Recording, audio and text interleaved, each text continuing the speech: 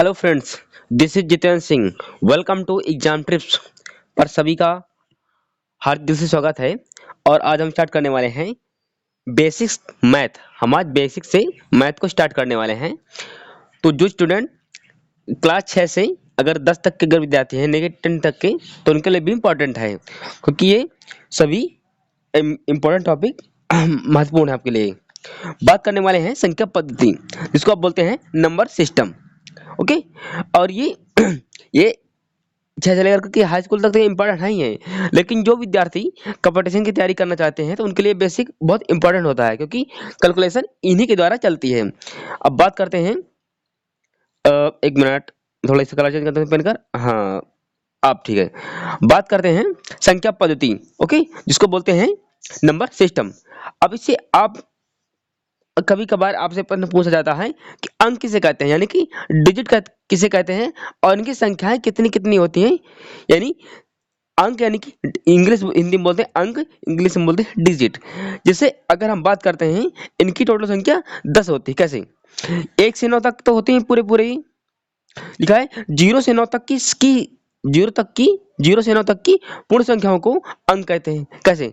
और इनकी संख्या 10 होती है। कैसे?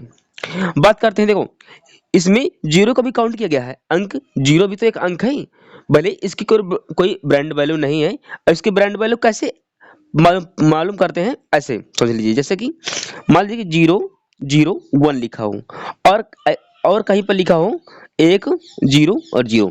0 की वैल्यू कैसे बढ़ती है? देखो, अगर 0 कहीं पर आगे अगर लिखा है तो उसकी वैल्यू कोई नहीं है, वो ना के बराबर है। अगर आप इसी 0, अगर आप इसको 1 लिखेंगे तो इसको ब्रांड वैल्यू भी इसकी 1 है। अगर 0 0 1 है तो इसकी वैल्यू भी 1 है। ठीक है। अगर इसी अगर अगर एक अगर आप पीछे 0 लगा देंगे ना, तो उसकी ब्रांड वैल्यू बढ़ जाती है 0 की। इसलिए अगर आप पीछे लगाएंगे तो ये सब बोला जाएगा, लेकिन अगर आप कितने भी 0 आगे लगा दे तो इसको आप एक ही पढ़ेंगे। ओके। तो इसलिए जो अंक की वैल्यू है ना, तो 0 की वैल्यू पीछे बढ़ती है, बस उसकी वैल्यू आगे उसकी कोई वैल्यू नहीं होती। अब बात करते हैं, इनकी संख्या टोटल 10 होती है। कैसे? लिखा 0 0 0 0 भी तो एक अंक है ना, अंक है, भले इसकी वैल्यू नहीं है आगे, लेकिन उसके पीछे तो कुछ वैल्यू है। कोई भी संख्या जैसे मान लेते हैं, संख्या मान लेते हैं कि 9।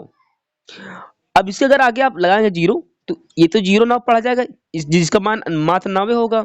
लेकिन अगर आप पढ़ेंगे 9 का, अगर आप पीछे 0 लगा देंगे तो इसको 90 पढ़ेंगे आप लोग। ओके। अब बात करते हैं, इनकी संख्या 10 होती है।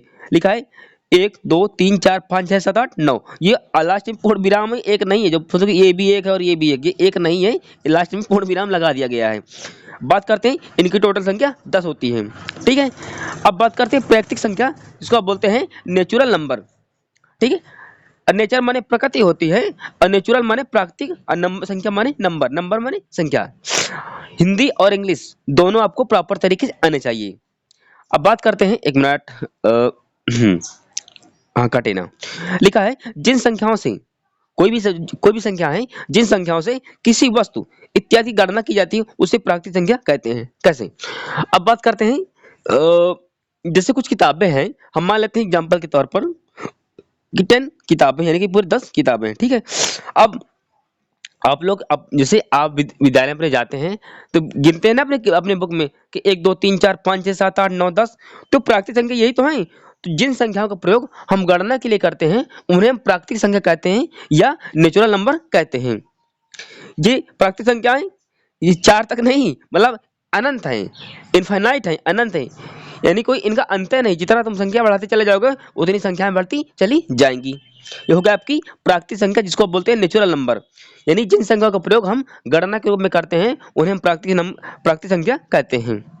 नेक्स्ट, अब बात करते हैं पूर्ण संख्याएं, जिनको बोलते हैं पूर्ण, और इंग्लिश में बोलते हैं होल नंबर। कैसे?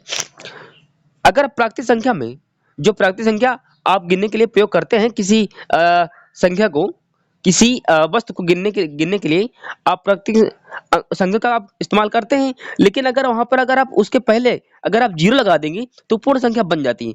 यानी आप प्राकृतिक संख्या में अगर आप 0 लगा देंगे तो वो होल नंबर बन जाती है, यानी कि पूर्ण संख्या बन जाती है। पूर्ण संख्या में 0 को भी काउंट कर लिया जाता है। अगर आप प्राकृतिक संख्या में ही अगर आप 0 पहले लगा देंगे तो पूर्ण संख्या बन जाएगी। बात करते हैं अभाज्य संख्या।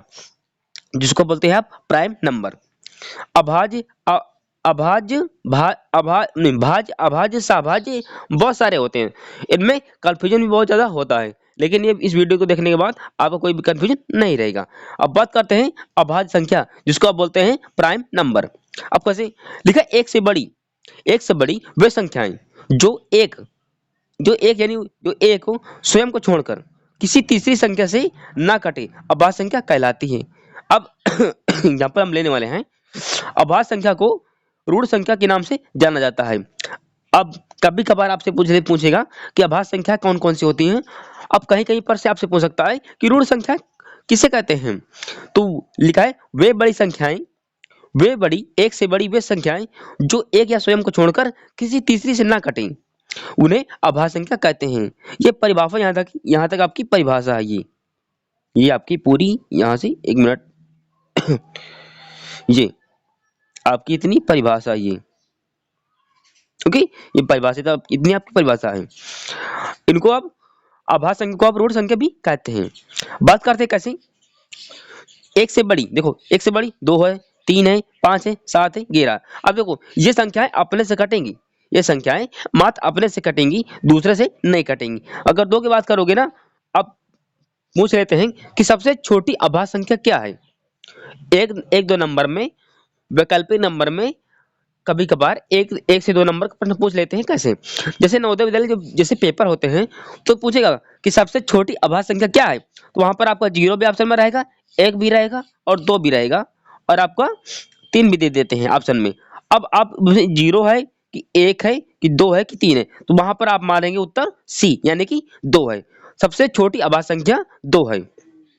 ओके, अब बढ़ते आगे की ओर।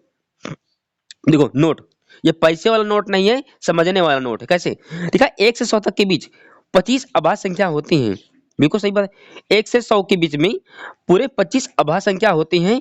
लेकिन ये जो नोट आप लोग जो पढ़ रहे हैं, ये यूपी टेट, जब मैंने 2021 का यूपी टेट दिया था तो उसमें डाट प्रश्न यही छपा था कि 1 से 100 तक के बीच में कितनी अभाज्य संख्या होती हैं।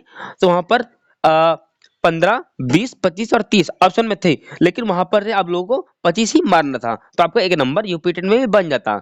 यहीं से मैथ की जो आप बेसिक मैथ आप यहीं से सीखते हुए चले जाएंगे। ओके, 1 से 100 तक के बीच 25 अभाज्य संख्या होती हैं।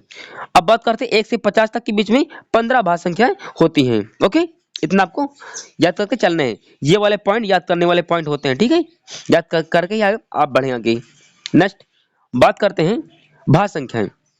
भाज्य संख्या जो कट जाए, देखो वो हो गया अभाज्य ऊपर वाली, अब ये हो गया भाज्य। भाज्य मतलब जो कट जाए, लिखा 1 से बड़ी वे संख्या जो एक या स्वयं के साथ साथ किसी तीसरी संख्या से कट जाए भाज्य संख्या कहलाती है। ठीक है, भाज्य संख्या को यौगिक संख्या के नाम से भी जाना जाता है। अब देखो जुकाम की वजह से मुझे खांसी आ रही अब बात करते हैं, देखो अभाज्य संख्या को आप ऋण संख्या कहेंगे, लेकिन जो भाज्य संख्या को आप कहेंगे यौगिक संख्या के नाम से भी जाना जाता है।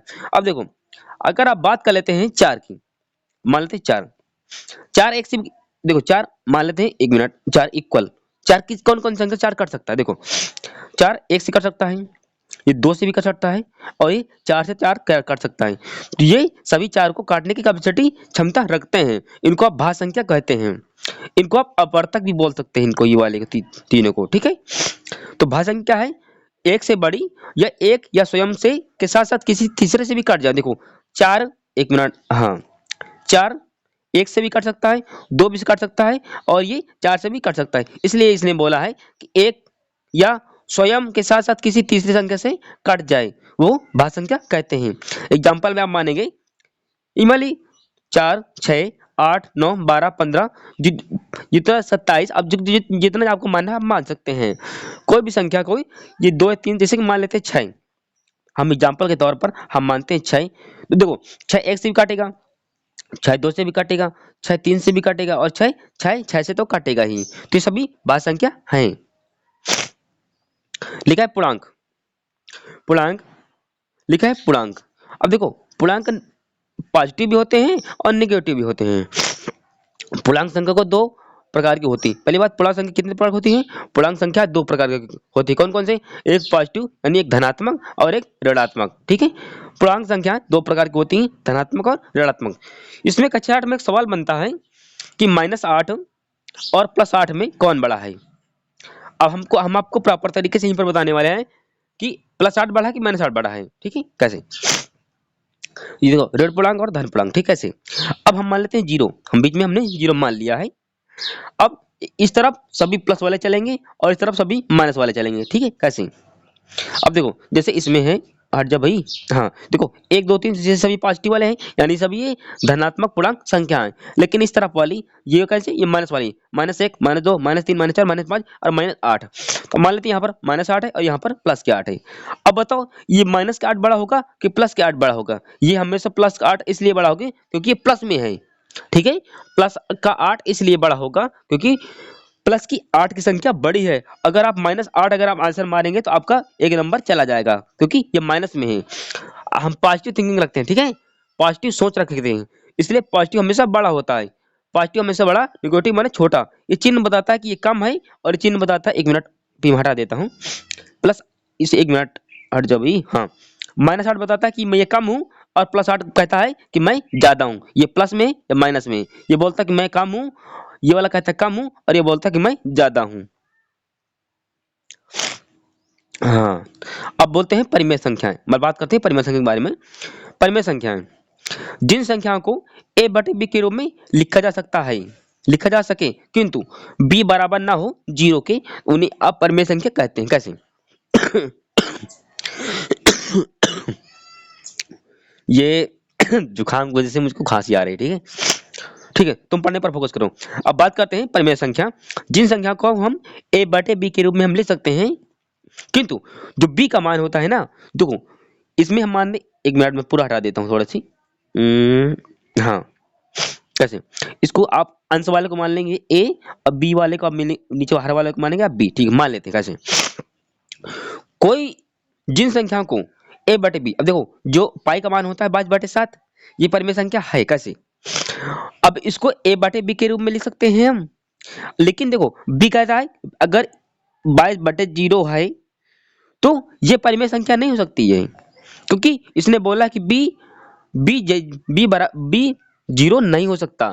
b इक्वल टू, मतलब b 0 नहीं हो सकता है, और अगर आप b अगर 0 आप रख देंगे वो अपरिमेय संख्या हो जाएगी।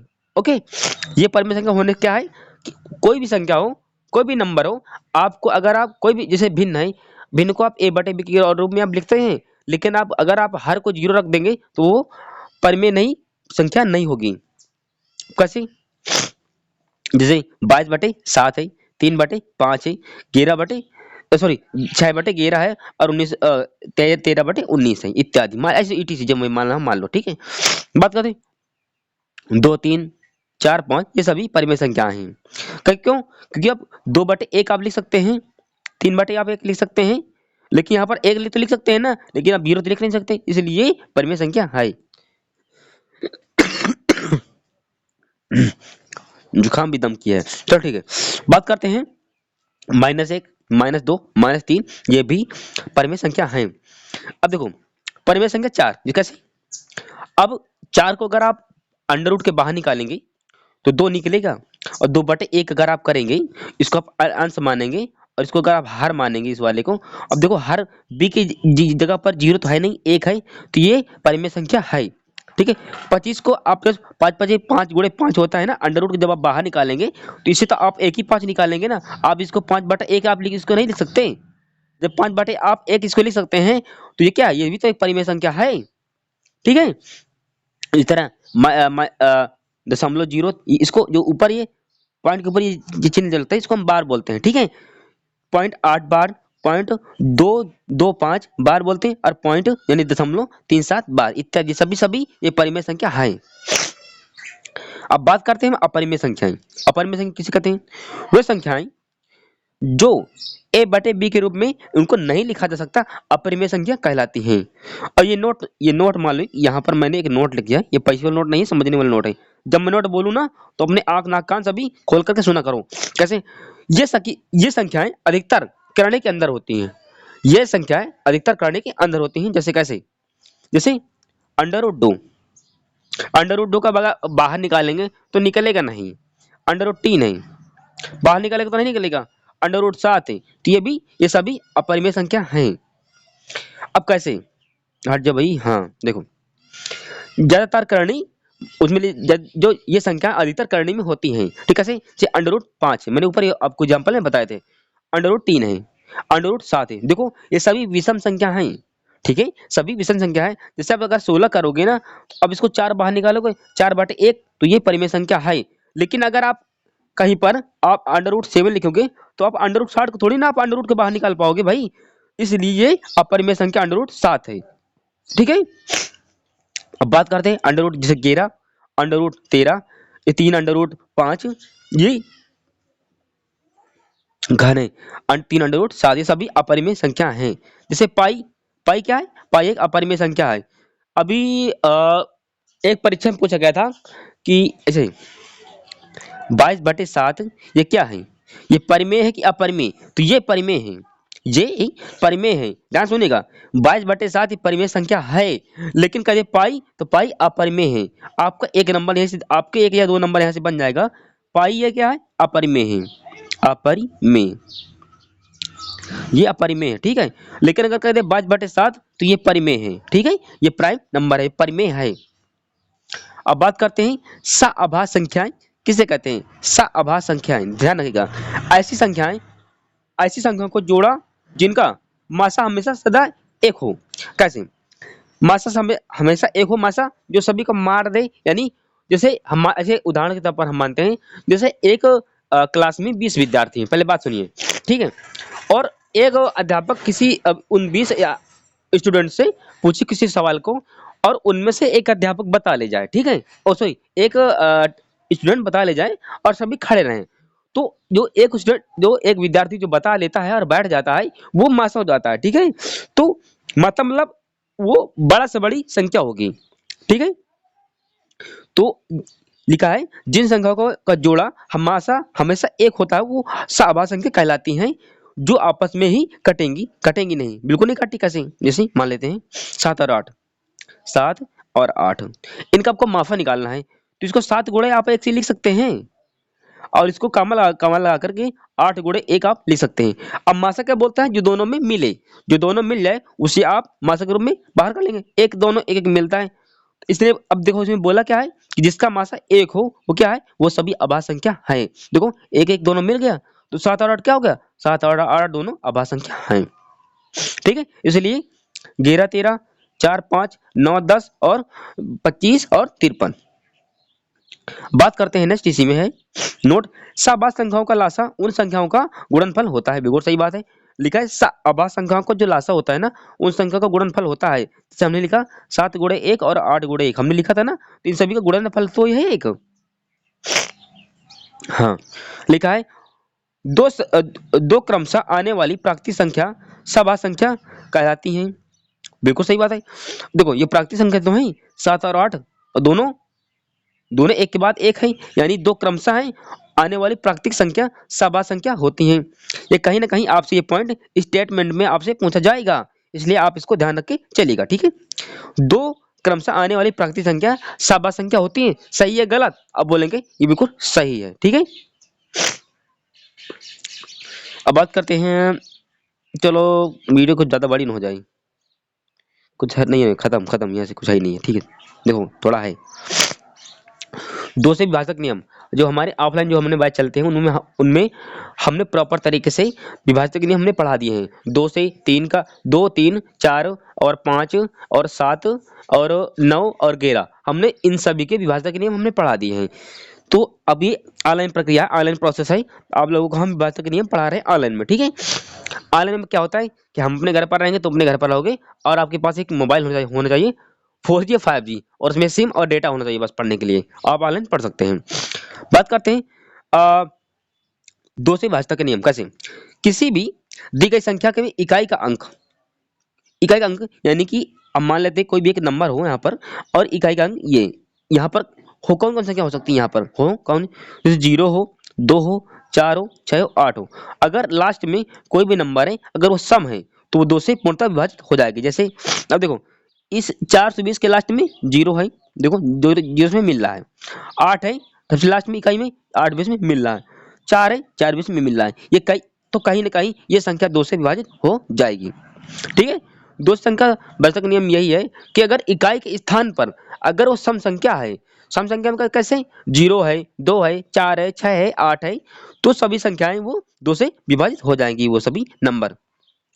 बात करते हैं 4 से भाजक नियम। 4 से भाजक नियम, जैसे किसी भी दी गई संख्या की इकाई एवं दहाई के स्थान पर, देखो इकाई ये है और दहाई ये है, ठीक है, मान लेते हैं ये आपका इकाई और ये दहाई। ठीक है, कैसे इकाई और दहाई आने वाले अंक अर्थात आखिरी के 2 अंक, यानी ये देखो ये आखिरी के 2 अंक है ये वाला, ठीक है, आखिरी के 2 अंक हैं, आखिरी के 2 अंक 4 से पूर्णतः 4 से पूर्णतः विभक्त हो तो दी गई संख्या 4 से पूर्णतः विभक्त होगी।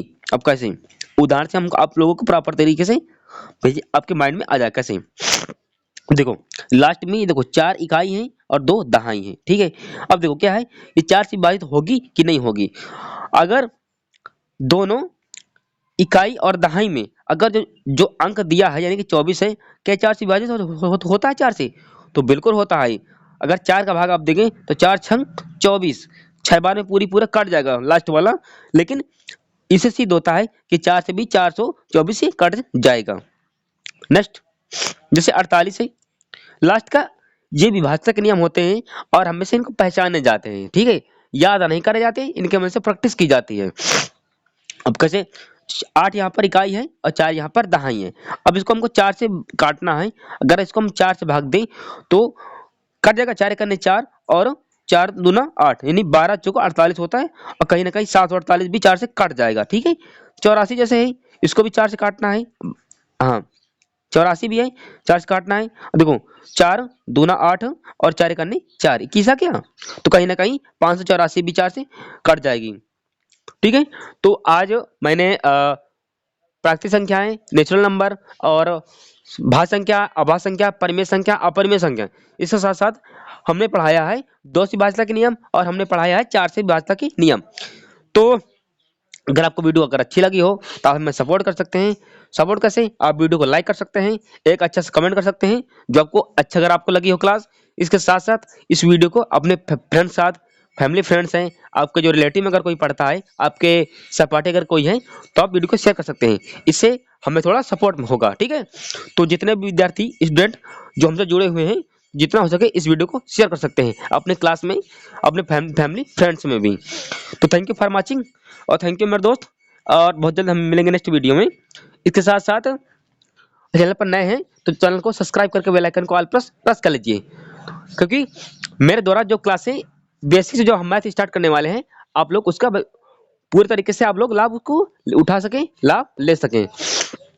तो 2-4 दिनों में हम आपके सामने ही चेहरे से रूबरू होंगे। अब मैं वीडियो को यहीं पर खत्म करता हूँ, क्योंकि कंडीशन मेरी इसी तो कुछ अच्छी है नहीं, क्योंकि फीवर भी आ रहा था, तो मुझे मतलब जुकाम भी है, तो मुझे खांसी हो जाती है। तो हम वीडियो खत्म कर लेंगे यहीं पर। ओके, तो तब तक के लिए जय हिंद, वंदे मातरम। मिलेंगे हम नेक्स्ट वीडियो में।